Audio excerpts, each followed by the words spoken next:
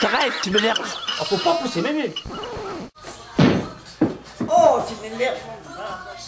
Oh mon dingue, est-ce que tu crois aux vérités établies? Si je te dis Léonard de Vinci, tu me réponds quoi? Génie, peintre exceptionnel.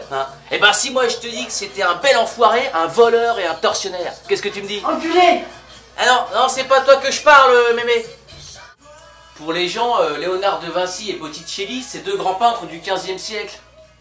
Alors que pas du tout, c'est le plus grand mensonge de l'histoire de l'art. Ces deux cons n'ont absolument jamais rien peint.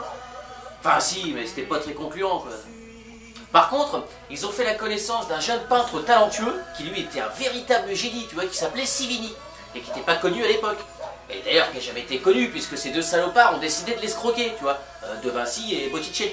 Ils ont demandé à Sivini de peindre une toile, mais avant que Sivini ait le temps de la signer, eh bien ils lui ont volé, ils l'ont signé à sa place, ils l'ont vendu et ils se sont fait du pognon sur son dos. Sivini il s'est fait enculer en mode carré d'as mon pote, quelque chose de bien. Alors du coup, il s'est dit attends, je vais pas me laisser faire, je vais aller leur dire de quel bois je me chauffe. Mais le problème c'est qu'il n'avait pas de cheminée. Alors il n'a pas pu leur dire de quel bois il chauffait quoi. Mais attention, il a gueulé quand même. Il a été voir De Vinci et Botticelli et il les a menacés de tout raconter à tout le monde. Alors c'est ce qu'ils ont fait les deux salauds pour pas qu'ils parlent, et ben ils lui ont coupé les deux index. Bah si, c'est comme ça ils savaient très bien que Sivini ne pourrait plus les accuser.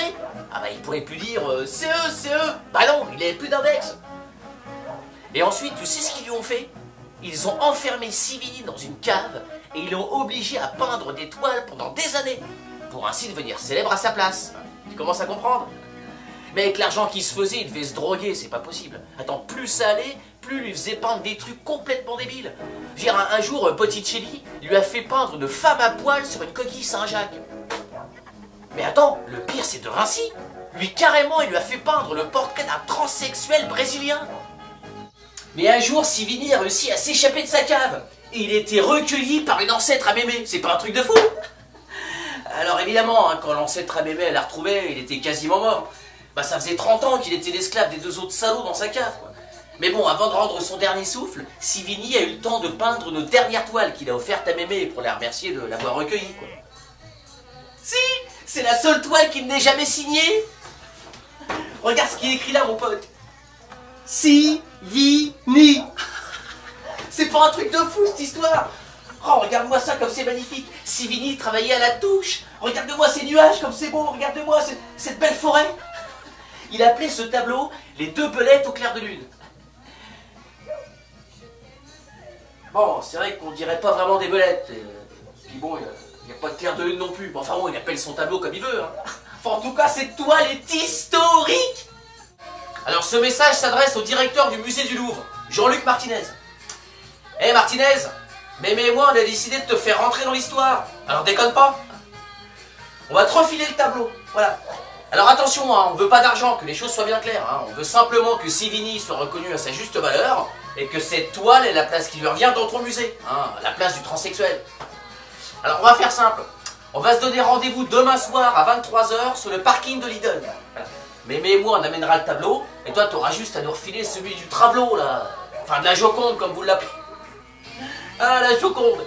Tu comprends mieux pourquoi elle sourit maintenant? Allez, à demain. Ah oui, alors surtout, tu ne préviens pas les journalistes, Martinez. Mémé tient à garder l'anonymat. À demain. Ah, la Joconde.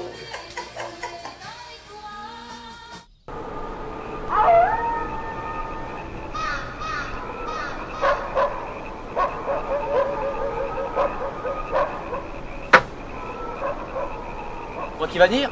Oh, tu m'énerves.